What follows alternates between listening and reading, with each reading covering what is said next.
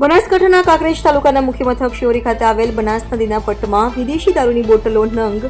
11,099 કિંમત ₹16,08,618ના જથ્થાનો નાશ કરાયો।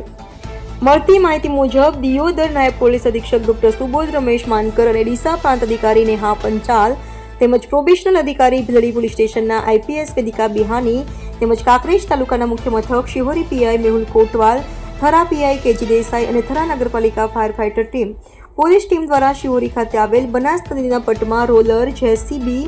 મશીનથી વિદેશી દારૂનો જથ્થો નાશ કરાયો હતો અને વિદેશી દારૂના જથ્થા ઉપર બુલડોઝર ફેરવ્યું હતું। થરા અને ભીલડીના કુલ 69 કેસીસના દારૂનાશનું આયોજન કરવામાં આવ્યું હતું, જેમાં કુલ આપણે અહીંયા આગળ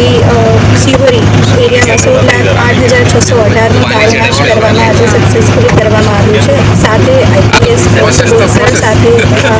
આયોજન કરેલું હતું જે આજે કમ્પ્લીટ